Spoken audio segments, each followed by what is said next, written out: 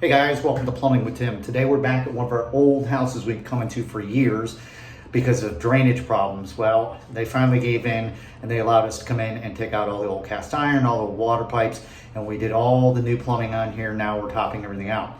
Today, what I'm going to show you is the easiest way to use a PVC inside cutter when it comes to putting in your flange after a rough-in.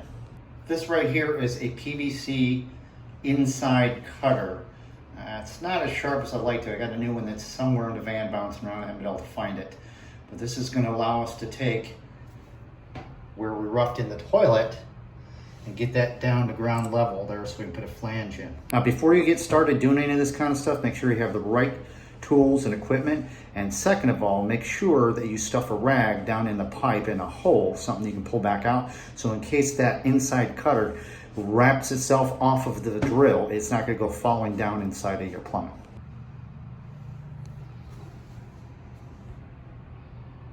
Now what we want to do is we took the Sawzall already and cut it as low as we can. We want to get the inside cutter inside here, ultimately get it so it's about floor level. All right, which means we have to do it from the inside like so.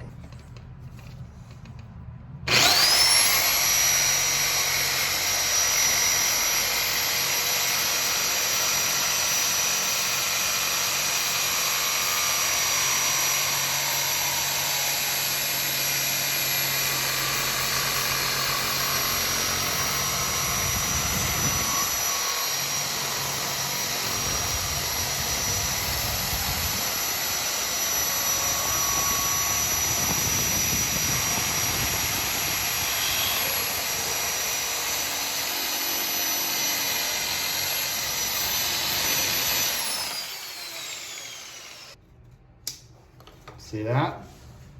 Nicely done. This is the reason why we had the rag down in there. The bit was coming off. If it would have done that while I was down there, it would have fallen down inside my plumbing. And I had to try to get that out with a magnet or something. Think smart. Work smart.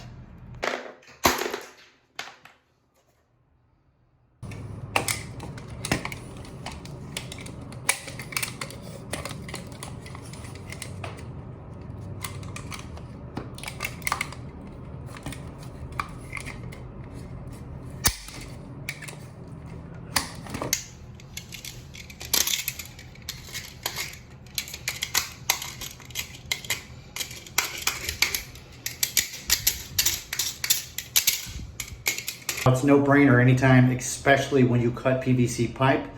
Always make sure to deburr it. Get those little burrs off there. Almost like you've just seen me break this out and have to clean all that rough edges out of there so that way nothing snags on it like paper and stuff.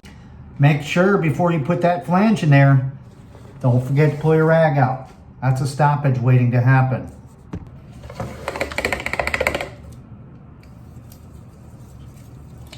Primer and glue. Get it in there. This is a 4x3 PVC toilet flange. You've already seen me put these in, but I'm just kind of following through on topping out or trimming out from a rough in. That all primed up, ready to go. When it comes to gluing these flanges in, you have your dog ears here. That's for your closet bolts. Once this thing goes in there like so, you want them dog ears to be kind of off-centered just a little bit so you can slide a screw in here, slide a screw in there. You don't want it to be all cattywampus and stuff. Remember, that's where the ear of that bolt's going to go in. So if you put it in there like that, your bolt's going to slide that way. Well, that's why you have to offset that. Kind of a little bit like that.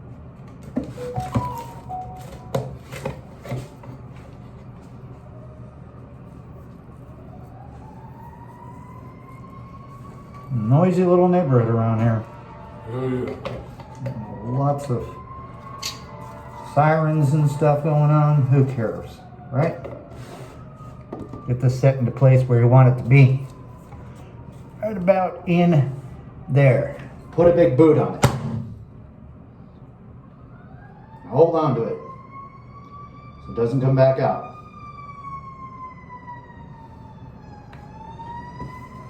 Now, That's how you use an inside cutter. See that? We got rid of all that.